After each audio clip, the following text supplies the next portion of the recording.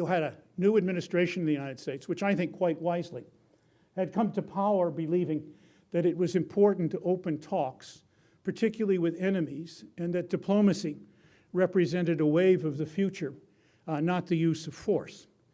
This very much translated itself into several early steps by the president, you will recall. One of the most significant being his first foreign interview with El Arabiya, a Saudi Arabic language television station in January, followed by his Nowruz message, followed by his Cairo speech.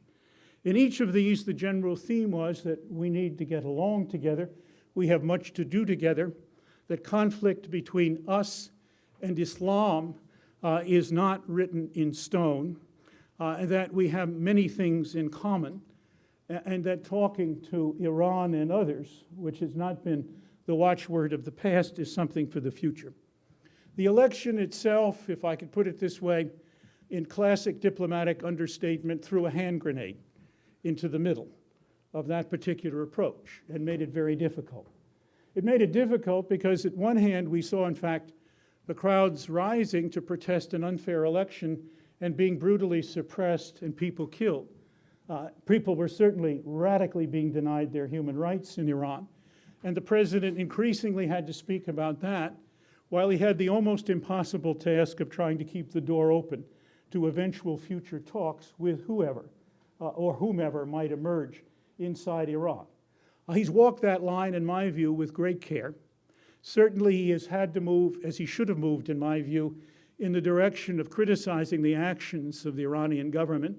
He has in return received the special attention of President Ahmadinejad, which in a way is a kind of endorsement, if I could put it this way, of his good credentials on this issue. But at the same time, I believe, has tried to keep the door open, in part by not closing it, and in part by not forcing the Iranians to come forward themselves and try to close it.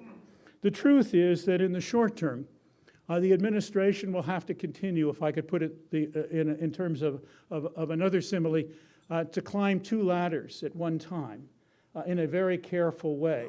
One to deal with what is going on inside Iran, and the other trying at the same time to keep the door open when the time comes to begin a process of discussion. Not that necessarily the president wants to condition with great friendliness the character of those discussions, but he does, I think, believe, and I hope this is right, that keeping the door open is important even if it costs him something, and it probably has, although I think, as I said, the balance has been pretty well handled so far.